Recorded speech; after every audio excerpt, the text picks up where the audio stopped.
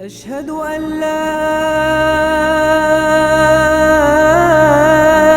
إله إلا الله.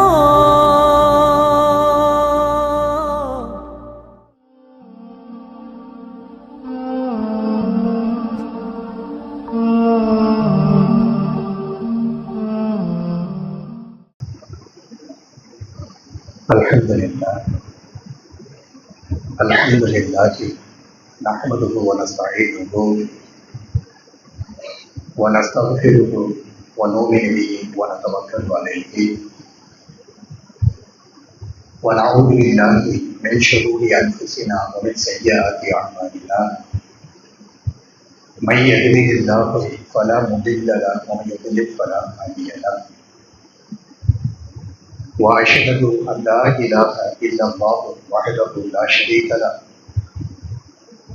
وأشهد أن محمدا عبده ورسوله.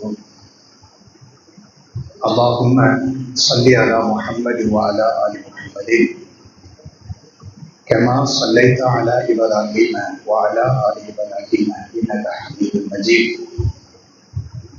اللهم بارك على محمد وعلى آل محمد كما باركت على إبراهيم وعلى آل إبراهيم إنك حميد مجيد. يا أيها الذين آمنوا اتقوا الله حق تقاته ولا تموتن إلا وأنتم مسلمون.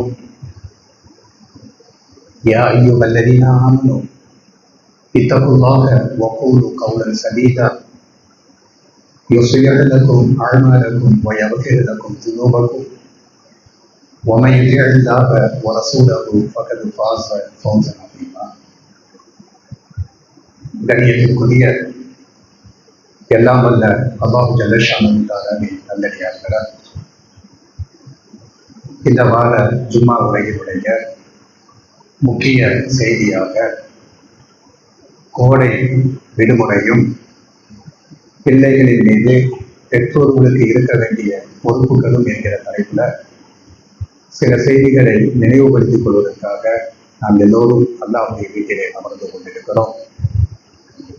இந்த அமர்வை அல்லாஹ் ரப்பல் ஆலமீன் ஏற்றுக்கொண்டு அவனுடைய அருளையும் அவனுடைய அன்பையும் அவனுடைய வற்றாத பெரும் கருணையையும் நம் எல்லோரின் மீதும் எல்லா நேரங்களிலேயும் எல்லா சந்தர்ப்பங்களிலேயும் ஒழிய செய்வானாக என்கிற பிரார்த்தனையை அல்லாஹ்விடத்திலே மேலன் அமைத்தவனாக. கண்ணியத்திற்குரியவர்கள, 2023 2024 இந்த கல்வி ஆண்டினுடைய கோடை விடுமுறையில நம்ம பிள்ளைங்க எல்லோரும் நம்ம கூட வீட்டில் அவங்களுடைய விடுமுறை நாட்களை கழித்துக் கொண்டிருக்கிறார்கள். பள்ளிக்கூடங்கள் நடக்கக்கூடிய அந்த காலகட்டத்தில் பிள்ளைங்களுடைய அதிகமான நேரங்கள் யாரு கூட கழிக்கப்படுகிறது அப்படின்னு நீங்க பார்த்தீங்கன்னா, பள்ளிக்கூடத்தில் கற்றுக் கொடுக்கக்கூடிய ஆசிரியர்களோடு அந்த காலங்களை கழிக்கிறார்கள். அதே மாதிரி கூட பழகக்கூடிய நண்பர்கள், அந்த நண்பர்களோடு அந்த காலத்தை கழிக்கிறார்கள். இந்த ரெண்டையும் நீங்க ஒரு செகண்ட் யோசனை பண்ணி பாருங்க. நம்ம பிள்ளைங்க அல்லாஹ் ரசூலை ஏற்றுக்கொண்ட பிள்ளைங்க, மறுமை நாளை நம்பிக்கை கொண்ட பிள்ளைங்க, இந்த பிள்ளைங்களுடைய பெரும்பாலான நேரம் பள்ளிக்கூட நாட்கள்ல யார் கூட கழிக்கிறாங்க? பள்ளிக்கூடத்துல கற்றுக் கொடுக்கக்கூடிய ஆசிரியர்களோடு காலத்தை கழிக்கிறாங்க. மாஷா அல்லாஹ், அல்லாஹ்வுக்கு எல்லா புகழும். அந்த ஆசிரியர்கள் முஸ்லிம்களாக இருந்தால் அந்த முஸ்லிமான ஆசிரியர்களிடமிருந்து ஒழுக்கமும் சேர்ந்து கிடைக்கும். நம்ம பிள்ளைங்களுக்கு பாடத்தை கற்றுக் கொடுக்கக்கூடிய ஆசிரியர்கள் ஒரு இஸ்லாமிய மார்க்கத்தை ஏற்றுக்கொண்ட ஆசிரியர்களாக இருந்தால், அல்லாஹ் ரசூலுக்கு பயந்த ஒரு ஆசிரியராக இருந்தால், முஸ்லிமான ஆசிரியராக இருந்தால், அந்த ஆசிரியர் எல்லா பிள்ளைங்களுக்கும் பாடத்தை சொல்லி கொடுப்பதோடு ஒழுங்குமுறைகளையும் சொல்லிக் கொடுப்பார்கள், ஒழுக்க நடவடிக்கைகளையும் சொல்லிக் கொடுப்பார்கள். ஆனா அதே சமயத்துல அந்த ஆசிரியர்கள் பிரமத கடவுள் கொள்கையை ஏற்றுக்கொண்டவர்களாக இருந்தால் பாடங்களை எப்படி சொல்லிக் கொடுப்பார்கள் என்பதற்கு சமகாலத்துல நிறைய உதாரணங்களை என்ன செய்யலாம் சொல்லலாம். பள்ளிக்கூட வளாகத்துக்குள்ளால தானே கஞ்சா பிசினஸ் கொடி கட்டி பறக்குது. அட பள்ளிக்கூட வளாகத்துக்கு உள்ளாலத்தான் நம்ம பிள்ளைங்களை ஊரா விட்டு பிள்ளைங்களை வழிதவர செய்யக்கூடிய எல்லா சடங்கு சம்பிரதாயங்களும் பள்ளிக்கூடத்துடைய வராண்டாக்குள்ளால தான் என்ன செய்கிறது நடக்கிறது. அதே மாதிரி கூட பழகக்கூடிய நண்பர்களை எடுத்து பாருங்க. நம்ம பிள்ளைங்களோடு பழகக்கூடிய நண்பர்கள் பள்ளிக்கூடத்துல சக நண்பர்கள் முஸ்லிமான நண்பர்களாக இருந்தோம்னா ஓரளவுக்கு என்ன செய்யலாம், ஒழுக்க கட்டுப்பாடுகளை நம்ம பிள்ளைங்களுக்கு சுட்டி காண்பிக்கலாம். அந்த ஒழுக்க கட்டுப்பாட்டோடு நம்ம பிள்ளைங்களும் என்ன செய்யும், வளரும். அதே சமயத்துல பிற மத கலாச்சாரத்தை ஏற்றுக்கொண்ட பிள்ளைங்களோடு நம்ம பிள்ளைங்களுடைய பழக்க வழக்கங்கள் இருந்தால் நம்ம பிள்ளைகளுடைய பழக்க வழக்கம் எப்படி இருக்கும் என்பதை அறிவார்ந்த மக்கள் நாம எல்லோரும் தெரிந்து கொள்ள வேண்டிய செய்தி தெரிந்து வைத்திருக்கிறோம். அப்ப பள்ளிக்கூடங்கள்ல பாடம் நடக்கக்கூடிய காலகட்டங்கள்ல நம்ம பிள்ளைங்க அதிகமான நேரங்களை பள்ளிக்கூடத்துடைய வளாகத்துல கடத்துறாங்க. பள்ளிக்கூடத்துடைய விடுமுறை நாட்கள்ல அதிகமான நேரங்களை பெற்றோர்களோடு நம்ம கூட இணைச்சாங்க. பிள்ளைங்க நேரத்தையும் காலத்தையும் கடத்துறாங்க, செலவழிக்கிறாங்க. இந்த கோடை விடுமுறை நாட்கள் 2 மாத காலம் 40 நாட்கள் மாஷா அல்லா நம்ம கூட நம்ம பிள்ளைங்க என்ன செய்யறாங்க, இருக்கிறாங்க. இந்த நேரத்துல நம்ம பிள்ளைங்களுக்கு பெற்றோர்கள் சொல்லி கொடுக்க வேண்டிய முக்கியமான பொறுப்புகள் என்ன என்பதை நாம எல்லோரும் தெரிந்து வைத்திருக்கிறோம். அல்லாஹ்வுடைய பெரும் உதவியினால தெரிந்து கொள்ளவும் இருக்கிறோம். முதலாக நாம தெரிந்து கொள்ள வேண்டிய முக்கியமான செய்தி என்னன்னு தெரியுமா? இந்த இடத்துல தான் பெற்றோர்கள் என்ன செஞ்சிடறாங்க, தப்பு செஞ்சிடறாங்க. எந்த இடத்துல? இப்ப நான் சொல்ல போகக்கூடிய இந்த செய்தி இருக்குது பாருங்க. இந்த இடத்துல தான் அதிகமான பெற்றோர்கள் என்ன பண்ணிடுறாங்க, தவறு பண்ணி போடுறாங்க. அவங்க செய்த அந்த தப்பினுடைய பிரதிபலன் கடைசி காலகட்டத்துல நமக்கு வயோதிக காலம் வருகிற பொழுது அதனுடைய ரிசல்ட்டை வேற மாதிரி நாம் என்ன செய்கிறோம், பார்க்கிறோம். என்ன தப்பு செய்கிறோம்? நம்மிடத்துல இருக்கக்கூடிய ஆம்பளை பையன், நம்மிடத்துல இருக்கக்கூடிய பொம்பளை பிள்ளைங்க, நம்மிடத்துல இருக்கக்கூடிய பேரன்கள், நம்மிடத்துல இருக்கக்கூடிய பேத்திகள், இந்த பிள்ளைங்களை பெரும்பாலான பெற்றோர்கள் எப்படி பார்க்கறாங்கன்னா, இது யாம் பிள்ளை, இது யாம் பிள்ளை, இது என்னுடைய பேரன், இது என்னுடைய உன் பிள்ளை தான். அது ஊருக்கு தெரியும், பெருக்கு தெரியும், எல்லாத்துக்கும் தெரியும், குடும்பத்துக்கும் தெரியும். உன் பிள்ளை என்பதுல சந்தேகமே கிடையாது. இப்படிதான் பெரும்பாலான பெற்றோர்கள் யாம்புள்ள தான் என்று பார்க்கிறாங்களே தவிர அந்த பிள்ளைங்களை பார்த்த உடனே நம்ம மனதில் ஆக்கக்கூடிய முக்கியமான ஒரு செய்தியை மறந்து விடுகிறோம்.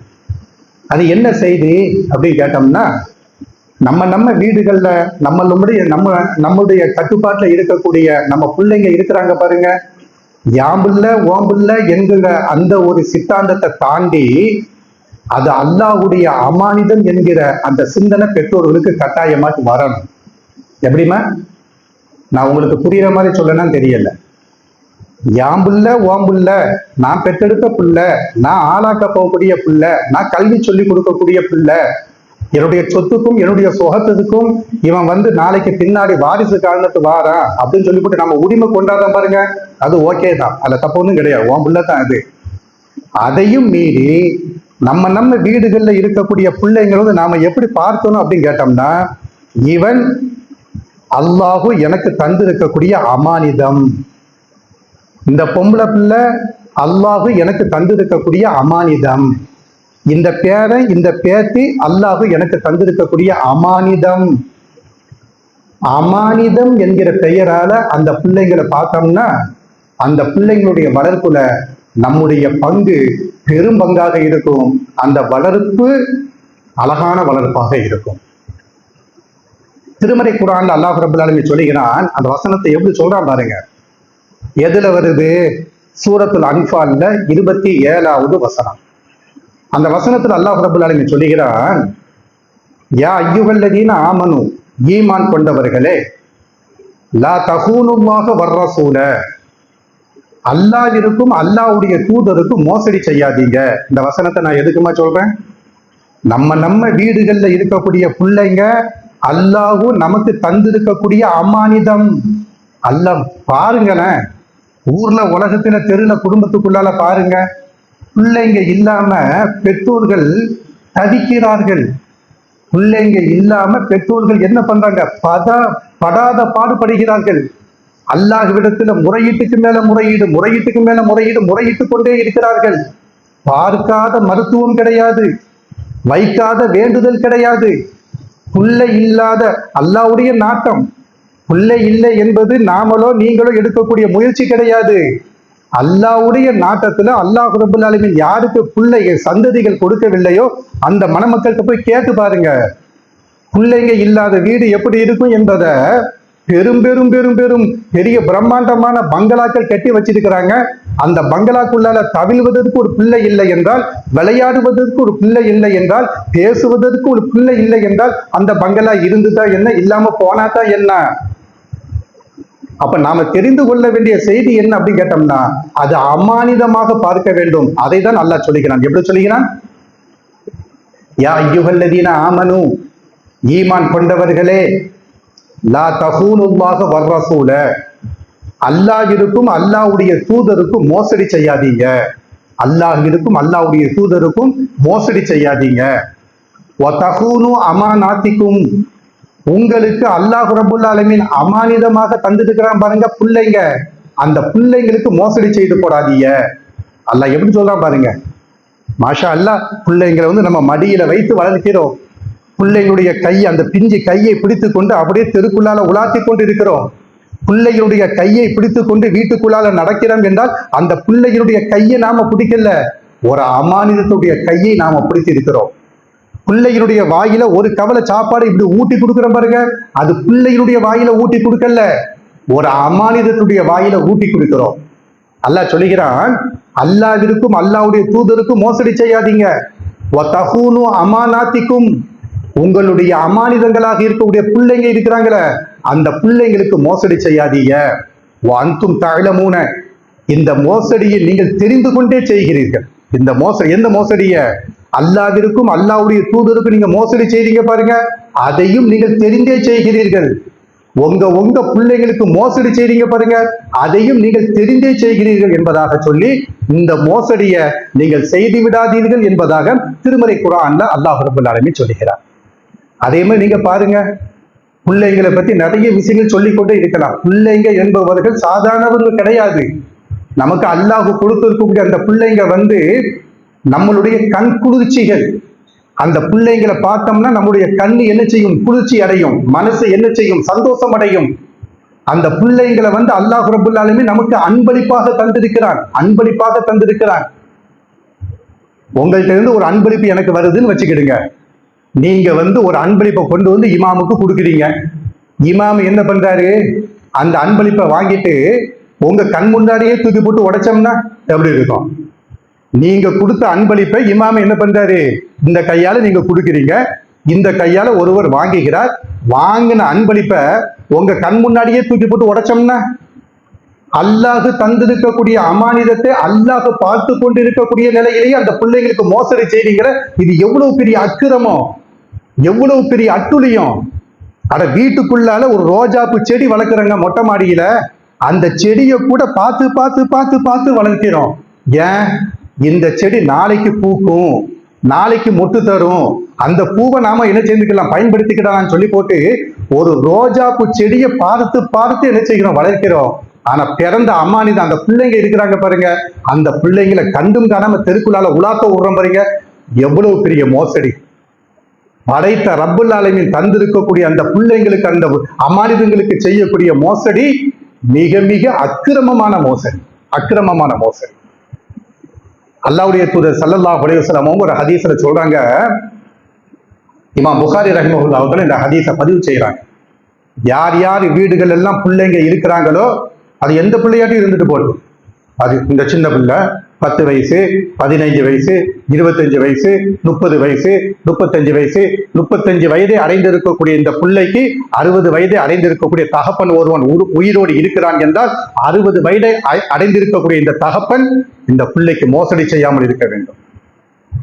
அட, உன் பிள்ளை அது, உனக்கு ஏஜ் மேல போய்கிட்டே இருக்கு, அந்த பிள்ளைக்கு ஏஜ் போய்கிட்டே இருக்குதுன்னா தகப்பன் பிள்ளை இல்லை அப்படின்னு சொல்லி போட்டு சொல்ல முடியாது. உன் பிள்ளை தான் அது, உன் பிள்ளை தான். அல்லாஹ்வுடைய தூதர் ஸல்லல்லாஹு அலைஹி வஸல்லம் அவங்க சொல்லக்கூடிய ஒரு ஹதீஸை இமாம் புகாரி ரஹ்மத்துல்லாஹி தஆலா சொல்றாங்க. எப்படி சொல்றாங்க? எப்பா, குல்லுக்கும் ராயின் வ குல்லு ராயின் மஸ்ஊலின் அன் ரஅய்யத்திஹி, நீங்கள் ஒவ்வொரு நபர்களும் பொறுப்பாளர்களாக இருக்கிறீங்க. அல்லாஹ்வுடைய தூதர் எப்படி சொல்றாங்க பாருங்க, அல்லாஹ்வுடைய ரசூல், நீங்கள் ஒவ்வொரு நபர்களும் பொறுப்பாளர்களாக இருந்து கொண்டே இருக்கிறீர்கள். உங்களுடைய பொறுப்புகளை பற்றி நாளைக்கு மறுமையில கண்டிப்பாக விசாரிக்கப்படும். விசாரிக்கக்கூடியவன் யாரு? அகில உலகத்தின் அதிபதி ரப்புல் ஆலமீன் விசாரிப்பான். பதில் சொல்றது யாரு? அவனுடைய அடிமைகளாக இருக்கக்கூடிய நாம எல்லோரும் என்ன செய்யணும்? பதில் சொல்லியே ஆக வேண்டும். பதில் சொல்லியே ஆக வேண்டும். ஒருவர் தன்னுடைய வீட்டில் இருக்கக்கூடிய மனைவிக்கு பொறுப்பாளியாக கணவனை பற்றி பேசுகிறார்கள். கணவன் மனைவிக்கு பொறுப்பாளனாக இருக்கிறான். மனைவியை பற்றி கணவனிடத்திலே விசாரிக்கப்படும். கணவன்கிட்ட விசாரிக்கிறது வேற, அது வேற வேற கொஸ்டின்கள் இருக்குது. கூட யாரை பற்றியும் அல்லாஹ் விசாரிப்பான். உன்னுடைய மனைவி நீ என்ன கட்டுப்பாட்டுல வச்சிருந்த சொல். மனைவியை பற்றி அல்லாஹ் ரசூல் ஸல்லல்லாஹு அலைஹி வஸல்லம் சொல்றாங்க, ஒரு பெண், அந்த பெண்ணு கணவனுடைய பொருளாதாரத்தை பற்றி விசாரிக்கப்படுவாள். கணவனுடைய பிள்ளைகளை பற்றி அந்த மனைவியிடத்துல விசாரிக்கப்படும். இந்த விசாரிப்புக்கு பதில் சொல்லாம நாளைக்கு மறுமையில நகர முடியாது என்பதாக அல்லாஹ்வுடைய தூதர் என்ன செய்றாங்க சொல்றாங்கம்மா. அப்ப ஆரம்பத்துல நாம புரிந்து கொள்ள வேண்டிய முக்கியமான செய்தி என்ன அப்படின்னு கேட்டோம்னா, கோடை விடுமுறை நாட்கள்ல நம்ம கூட இருக்கக்கூடிய அந்த பிள்ளைங்களுக்கு நாம ஏராளமான செய்திகளை சொல்லி கொடுக்கணும். இந்த விடுமுறை நாட்களை நாம அப்படியே வீணாக கழித்து விட்டோம்னு வச்சுக்கிடுங்க. அல்லாஹ் ஒரு வாய்ப்பை தந்திருக்கிறான். என்ன வாய்ப்பை தந்திருக்கிறான்? என் பிள்ளைக்கு இந்த கோடை விடுமுறை நாட்கள்ல எனக்கு அருகாமையில உட்கார வச்சு என் பிள்ளைங்களுக்கு சில நன்மையான காரியங்களை சொல்லி கொடுக்கணும், சில நலவுகளை சொல்லி கொடுக்கணும். என் பிள்ளையினுடைய இம்மைக்கும் என் பிள்ளைகளுடைய மறுமைக்கும் நன்மையான விஷயங்களை அந்த பிள்ளைங்களுக்கு சொல்லி கொடுக்கணும் என்று பெற்றோனாக இருக்கக்கூடிய எனக்கு ஒரு வாய்ப்பை அல்லாஹ் தந்திருக்கிறான். அடுத்த வருடம் இந்த கோடை விடுமுறைய என் பிள்ளைங்களோடு கழிப்பனா கழிக்க மாட்டானா என்பது எனக்கு தெரியாது. மெம்பர் படியை விட்டு கீழே இறங்கின உடனே நான் மரணம் அடைந்து விட்டால் அடுத்த வருடம் கோடை விடுமுறையில என் பிள்ளைங்களுக்கு நல்லது கெட்டதை சொல்லிக் கொடுப்பதற்கு தகப்பன் இல்ல, அவன் அனாதை. ஒரு வாய்ப்பை கொடுத்திருக்கிறான் என்றால் அந்த பிள்ளைங்களை அருகாமையில உட்கார வைத்து. ஆனா இன்னைக்கு என்ன தெரியுமா நடக்குது? இன்னைக்கு இந்த இஸ்லாமிய உம்மத்தினுடைய அவல நிலை என்னன்னு தெரியுமா? பார்த்து மனம் வெதும்பக்கூடிய நிலை என்னன்னு தெரியுமா? விடுமுறை நாட்கள்ல முஸ்லிம் உம்மத்தினுடைய வீட்டினுடைய நுழைவாயில் கதவு இருக்குது பாருங்க, சூரியன் வேகமாக அடித்து சூடு பரவியதற்கு பின்னாடி தான் நுழைவாயிலுடைய கதவே திறக்கப்படுகிறது. ஃபஜ்ருக்கு திறக்கப்பட வேண்டிய கதவு எப்ப திறக்கப்படுகிறது? சூரியன் அடித்து அதனுடைய வெப்பத்தை கக்கியதற்கு பின்னாடி. எதுக்கு? ஞாயிற்றுக்கிழமை பள்ளிக்கூட விடுமுறை, சனிக்கிழமை இரவு நம்ம வீடுகள்ல என்ன நடக்குது? நாளைக்கு விடுமுறை தானே, நாளைக்கு பள்ளிக்கூட விடுமுறை, 11 மணி வரைக்கும் என்ன செய்யலாம்? பேசிக்கிட்டு இருக்கலாம், கதைச்சுக்கிட்டு இருக்கலாம், 11:30 வரைக்கும் கதைச்சுக்கிட்டு இருக்கலாம். நாளைக்கு ஞாயிற்றுக்கிழமை விடுமுறை, உள்ள அசந்து தூங்கட்டும். அன்னைக்கு நாம அசந்து தூங்கட்டும் சொல்லி போட்டு எடுத்த பாருங்க முடிவு. அந்த முடிவு தான் கோடை விடுமுறை நாட்களிலேயும் உள்ள அசந்து தூங்கட்டும் சொல்லி போட்டு விட்டுக்கிட்டு உட்கார்ந்து. அப்ப பிள்ளைங்களுக்கு நாம சொல்லிக் கொடுக்க வேண்டிய நிறைய நலவுகள் இருக்குது. அந்த பெற்றோர்கள் அந்த பிள்ளைங்களுக்கு சொல்லிக் கொடுக்க வேண்டும். அந்த அமானிதத்திற்கு பிள்ளைங்களுக்கு ஒண்ணுமே தெரியாதுமா, நல்லா புரிஞ்சுக்கிடுங்க. நல்ல நாம தெரிந்து கொள்ள வேண்டிய செய்தி என்னன்னு தெரியுமா? என் வீட்டுல 6ஆம் கிளாஸ் படிக்கக்கூடிய, 7ஆம் கிளாஸ் படிக்கக்கூடிய, 8ஆம் கிளாஸ் படிக்கக்கூடிய பிள்ளைக்கு நான் ஒரு அமானிதம் என்று தெரியாது. ஆனா பெற்றோர்கள் தெரிந்திருக்கணும். பெற்றோர்கள் தெரிந்திருக்கணும். பிள்ளைங்க அவங்க விளையாட்டு சிந்தனையில போய்கிட்டு இருப்பாங்க, வந்துகிட்டு இருப்பாங்க, போவாங்க, வெளியில போவாங்க. பெற்றோர்களாக இருக்கக்கூடிய நாம தான் அந்த பிள்ளைகளின் மீது அக்கறை செலுத்த வேண்டும். அந்த பிள்ளைங்களுக்கு என்ன சொல்லி கொடுக்க வேண்டுமோ அதை சொல்லி கொடுக்க வேண்டும். ஒரு மரத்தை வாங்குகிறோம், ஒரு மரத்தை விலைக்கு வாங்கி அந்த மரத்தை வீட்டுக்குள்ளால நட்டி அந்த மரத்துக்கு சரியான முறையில வேலி போட்டு பக்குவப்படுத்தி தண்ணீர் ஊற்றி உரம் போட்டு இப்படி வளர்த்து எடுத்தால்தான் அந்த மரத்துல இருந்து கிடைக்கக்கூடிய அந்த கனி வளங்களை நம்மளால அனுபவிக்க முடியும். ஒரு மாம்பழத்தை பறித்து வயிறார சாப்பிட முடியும், ஒரு கொய்யாப்பழத்தை பறித்து வயிறார சாப்பிட முடியும். மரத்தை வாங்கின, வீட்டுக்குள்ளால நட்டுன, அது பாட்டுல தளர்த்துன்னு சொன்னோம்னா அது தழுக்காது, வெம்பி போய்விடும், பட்டு போய்விடும். இதுதான் பிள்ளைங்களுடைய நிலையும். பெற்றோர்களாக இருக்கக்கூடிய நாமும் நம்மளுடைய பிள்ளைங்களுடைய நிழல்ல ஒரு நாளைக்கு ஒதுங்க இருக்கிறோம். இன்னைக்கு என் பிள்ளை என் நிழல்ல ஒதுங்கி இருக்கிறான். அவனுக்கு 5 ரூபா வேணுமா 10 ரூபா வேணுமா என் காலை பிடிச்சி கேட்பான், என் கையை பிடிச்சி கேட்பான். வீட்டில் இருக்கக்கூடிய குடும்ப தலைவனுடைய கையை பிடிச்சிக்கிட்டு பாப்பாட்ட ஒரு 10 ரூபா வாங்கி கொடுமான்னு சொல்லி போட்டு கேட்பான். இன்னைக்கு அவன் என் நிழல்ல ஒதுங்கி இருக்கிறான், நாம கொடுக்குறோம். நாளைக்கு ஒரு காலம் வருகிற பொழுது அந்த பிள்ளைங்களுடைய நிழல்ல நாம ஒதுங்க இருக்கிறோம். இதையாவது குறைந்தபட்சம் என்ன செய்யணும்? ஒவ்வொரு பெற்றோர்களும் மனதில் ஆழமாக பதிய வைத்துக் கொள்ள வேண்டும். பிள்ளைங்களுக்காக வேண்டி சாதாரண உட்காந்து யோசனை பண்ணி பாருங்க.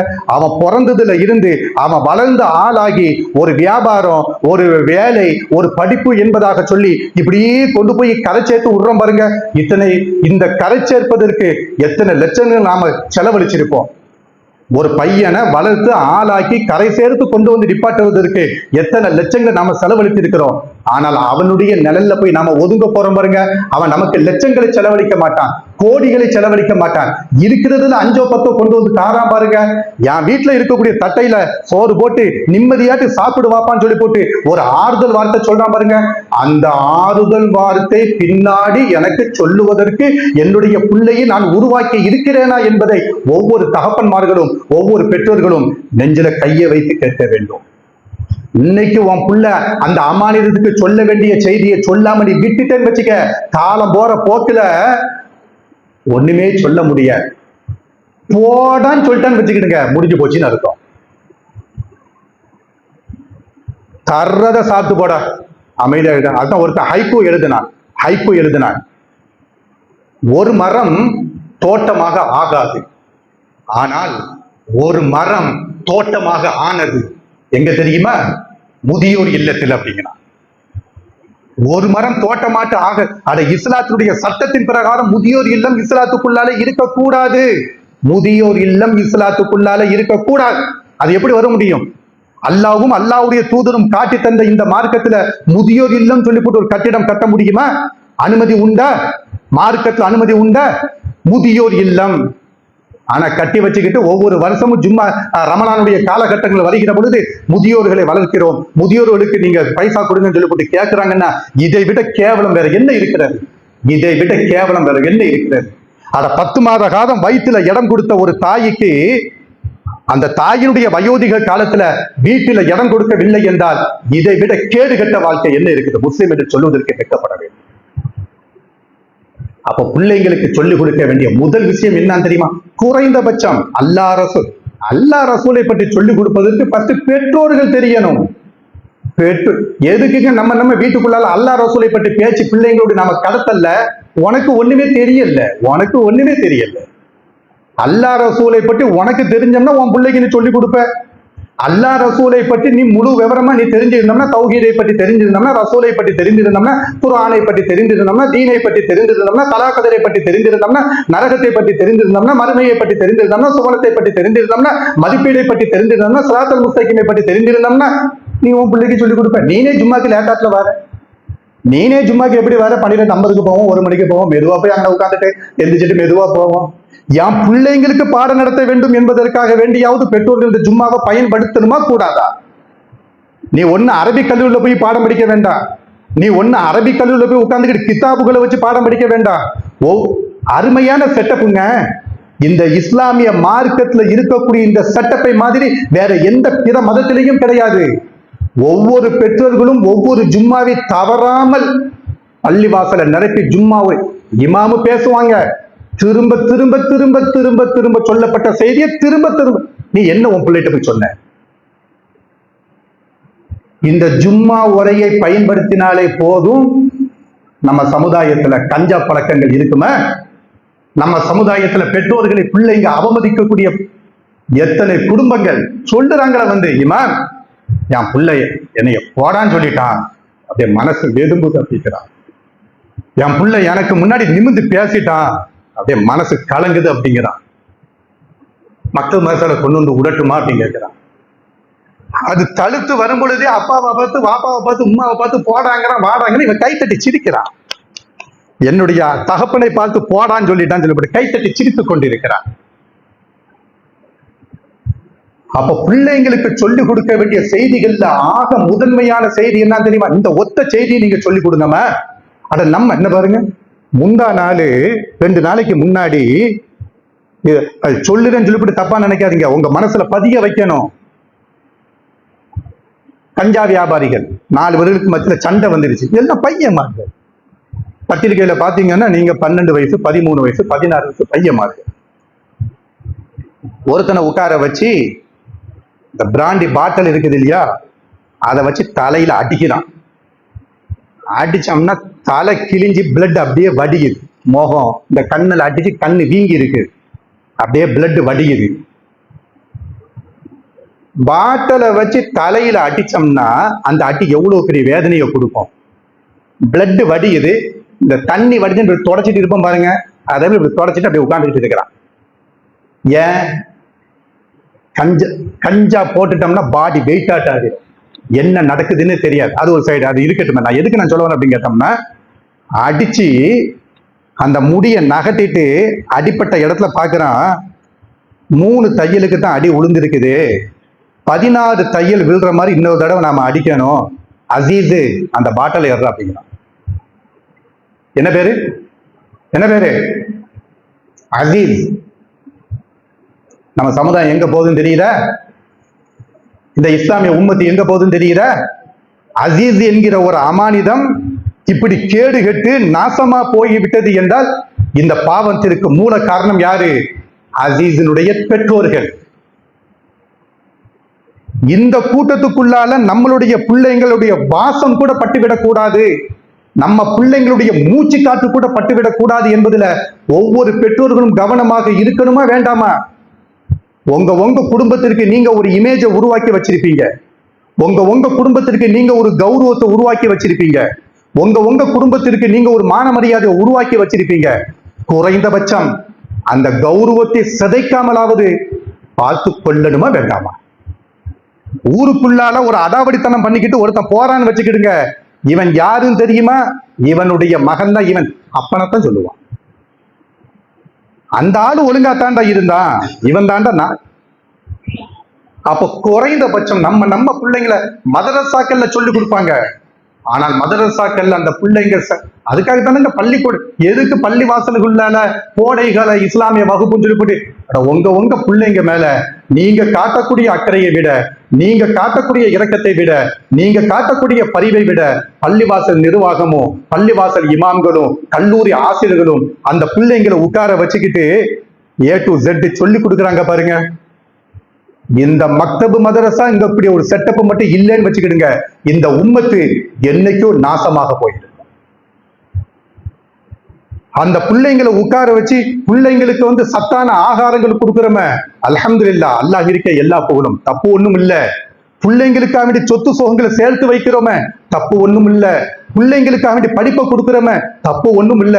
எல்லாம் கொடுத்ததற்கு பிறகு ஒழுக்கத்தை கற்றுக் கொடுக்கவில்லை என்றால், மார்க்கத்தை சொல்லிக் கொடுக்கவில்லை என்றால், அதான் அல்லாஹ் சொல்லிக்கிறான். எப்படி சொல்லிக்கிறான்?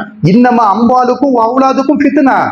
இங்க பேரு நீ சேர்த்து வைத்திருக்கக்கூடிய சொத்து இருக்கிற பேரு, இதுவும் நீ பெற்றெடுத்த பிள்ளைங்க இருக்கிறாங்க பாரு, இதுவும் உனக்கு குழப்பம். இன்னமின் அசுவாஜிக்கும் அவுலாதுக்கும் அதுவுன்னக்கும். இல்லை, உன்னுடைய ஃபேமிலி பார்ட்னர், கணவனுக்கு மனைவி, மனைவிக்கு கணவர், இந்த ஜோடி இருக்கிறாங்களே, இவங்களும் அவுலாதிக்கும், இவங்கள் மூலமாக பெற்றெடுக்கப்பட்ட பிள்ளைங்களும் அதுவுன்னக்கும் உங்களுக்கு எதிரிகள். மறுமையில நிற்கும் போது தெரியும், என்னுடைய புள்ள இந்த உலகத்துல எதிரியாட்டு ஆனான்னு வச்சுக்கிடுங்க, இன்னைக்கு இல்லைன்னா நாளைக்கு என்ன செய்திருவான்? பெற்றோருடைய பெருமையை விளங்கி, பெற்றோருடைய சிறப்பை விளங்கி, பாப்பா அஸ்ஸலாமு அலைக்கும் நல்லா இருக்கீங்களா சேர்ந்துருவான்.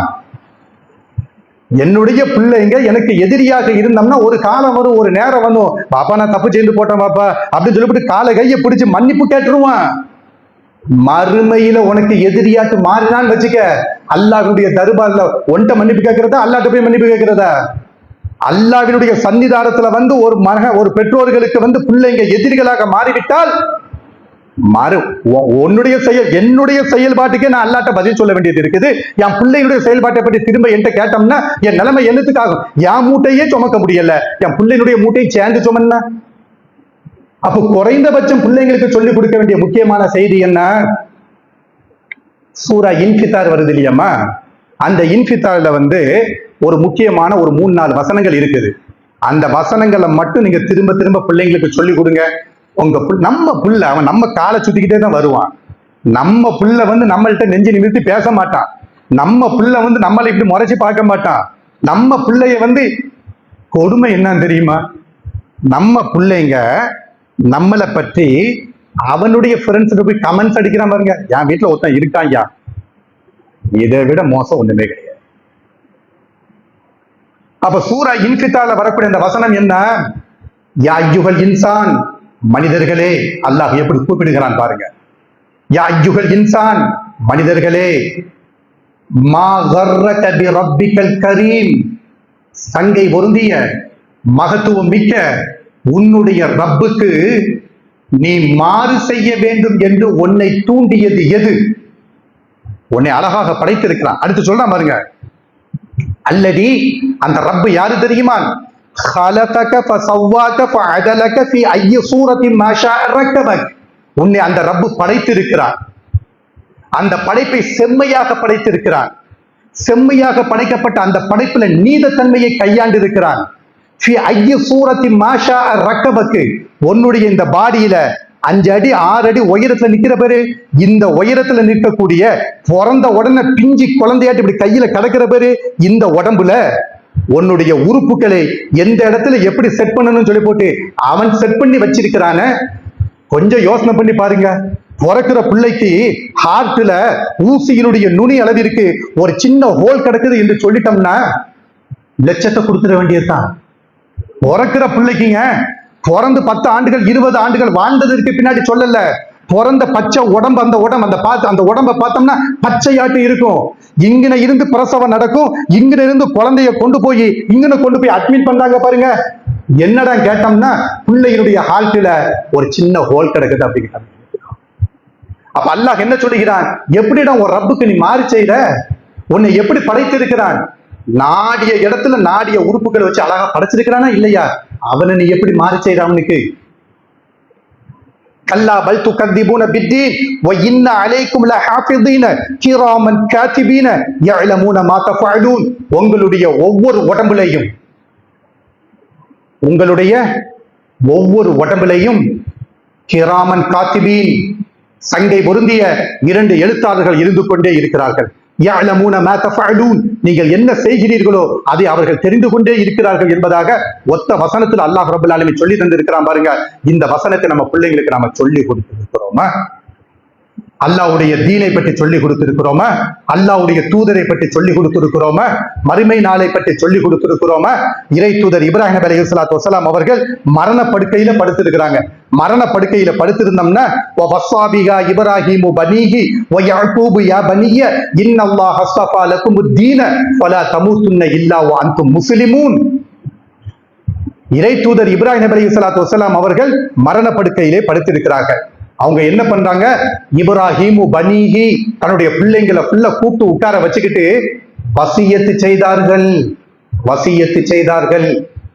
யாக்கூபு, இறை தூதர் யாக்கூப் நபி அலைஹிஸ்ஸலாத்து வஸலாம் அவங்களும் அவங்க பிள்ளைங்களை கூப்பிட்டு உட்கார வச்சுக்கிட்டு மரண படுக்கையில கடுக்கும் பொழுது வசியத்து செய்தார்கள். நம்ம வீடுகள்ல எத்தனை மரணங்களை நாம சந்தித்திருக்கிறோம். கணவன் மனைவியினுடைய மடியில தலை வைத்த நிலையில் என்னைக்காவது ஒரு நாள் மரணம் அடைந்ததை கேள்விப்பட்டிருக்கிறோமா? அந்த மனைவி இடத்தில் மரண வசியத்தை செய்ததாக கேள்விப்பட்டிருக்கிறோமா? கணவனுடைய மடியில மனைவி தலையை வைத்துக் கொண்டு இந்த உலகத்தை விட்டு நான் பிரிய போகிறேன், என்னுடைய பிள்ளைங்க, என்னுடைய தீனு, இது வசியத்து பண்ணிருக்கிறோமா? ஒண்ணுமே. யாருங்க களிமா சொல்லி கொடுக்கணும்? யாரு கல்கின்னு சொல்லி கொடுக்கணும்? அந்த செட்டப் நம்மள்ட்ட இருக்குதா? அப்ப இப்ராஹிம் நபியும் யாக்கூப் நபியும் மரண தருவாயில இருக்கும் பொழுது வசியத்து பண்ணாங்க. எப்படி வசியத்து பண்றாங்க? இன்னல்லாஹ் அஸ்தஃபா லகுமுத்தீன, அல்லாஹு உங்களுக்காக வேண்டி இந்த மார்க்கத்தை தேர்வு செய்து உங்களுக்கு தந்திருக்கிறான். இந்த இஸ்லாமிய மார்க்கத்தை நீங்க இருக்கிறீங்க. இஸ்லாம் என்கிற அந்த பிரேமுக்கு வெளியில நாம போயிட்டோம்னு வச்சுக்கிடுங்க, ஊர்ல உலகத்துல என்னமில்லாம அட்டுழியம் நடக்குது, அதுல போய் விழுந்து விடுவோம். இஸ்லாம் என்கிற அந்த பிரேமுக்குள்ளால உங்களை வைத்திருக்கிறான். ஃபலா தமூதுன்ன இல்லா வ அன்தும் முஸ்லிமூன். இந்த உலகத்தை விட்டு நீங்கள் பிரிகிற பொழுது முஸ்லிம்களாகத்தான் பிரிய வேண்டும் என்று மரண வசியத்து பண்ணாங்க தெரியுமா? அந்த மரண வசியத்தை பிள்ளைய டைனிங் டேபிளுக்கு முன்னாடி அந்த சைடு உட்கார வச்சுக்கிட்டு, தகப்பன் இந்த சைடு உட்கார்ந்துக்கிட்டு, மனைவி இந்த சைடு உட்கார்ந்துக்கிட்டு கவுன்சிலிங் கொடுத்திருக்கிறோமா? அல்லாஹ்வை பற்றி சொல்லி இருக்கிறோமா? தௌஹீதை பற்றி சொல்லி ஒண்ணுமே சொல்லல என்றால் உன்னுடைய மன்னரைக்கு அருகாமையில நின்று கொண்டு கூட உனக்கு பாவ மன்னிப்பு தேடவே மாட்டான் அவன். நல்ல புரிஞ்சுக்கிறேன். மீறி போனால் ஒரு நாள் தேடுவான், மீறி போனால் 2 நாள் தேடுவான், மீறி போனால் 3 நாள் தேடுவான். வியாபார, பிசினஸ், வெளிநாடு, அந்த போக்குவரத்துல உன்னை அடியோடி மறந்து விடுவான். மன்னரை வாசியாக கபூர்ல கிடக்கும் பொழுது என் புள்ள எனக்கு துவா செய்ய மாட்டானா? எதுக்குங்க இந்த சமுதாயத்துல கட்டம் பாத்தியா ஓதக்கூடிய மௌட்டிக நம்பிக்கை வந்துச்சு? இந்த சமூகத்துல கட்டம் பாத்தியா, 3ஆம் பாத்தியா, வார பாத்தியா, 20ஆம் பாத்தியா, 30ஆம் பாத்தியா, 40ஆம் பாத்தியா, வருஷம் பாத்தியா, வருஷம் இல்லாத பாத்தியா, பார்க்கலையான்னு சொல்லி போட்டு இந்த மௌட்டிக நம்பிக்கைகள் இந்த குர்ஆனை வைத்துக்கொண்டு, ஜனாசாவை வைத்துக்கொண்டு சுத்துக்கு உட்கார்ந்துக்கிட்டு குர்ஆன் ஓதுறான காரணம் என்ன? நான்லாம் உனக்கு துவா செய்ய மாட்டேன், இந்த முல்லாமார்கள் துவா செய்வாங்க, கேட்டுக்க. இதுதான். அப்ப கோடை காலத்துல இருக்கக்கூடிய நாமோ நம்ம பிள்ளைங்க நம்ம கூட அதிகமான நேரங்களை செலவழிக்கிறாங்க. அந்த பிள்ளைங்களுக்கு முறையான மார்க்க தீனை கற்றுக் கொடுத்தால் அந்த மரத்துல தழுக்கக்கூடிய மரத்துல இருந்து மொட்டு பூவாகி, பூ பிஞ்சியாகி, பிஞ்சி காயாகி, காய் பழமாகி, அந்த பழம் நமக்கு எப்படி பயனளிக்குமோ அதே மாதிரி பிள்ளை செல்வங்கள் பயனளிப்பார்கள். இல்லை என்றால் அந்த பிள்ளைங்க வரக்கூடிய காலங்கள்னா சோதனை காலம். பிள்ளைங்க சாதாரண பெற்றோர்களை அவமதிக்கிறாங்கல்ல, பிள்ளைங்க சாதாரண பெற்றோர்கள் அவமதிக்கிறாங்க. இப்பவுமே இப்படின்னா இன்னும் 10 வருஷம் போனோம்னா அல்லாஹ் ரபுல் ஆலமீன் அவனுடைய மார்க்கத்தை தூய்மையான முறையில் பின்பற்றி இருக்கக்கூடிய நன்மக்களாக நம்ம மறுபடியும் அந்த ஆக்கிய புரிவானாக.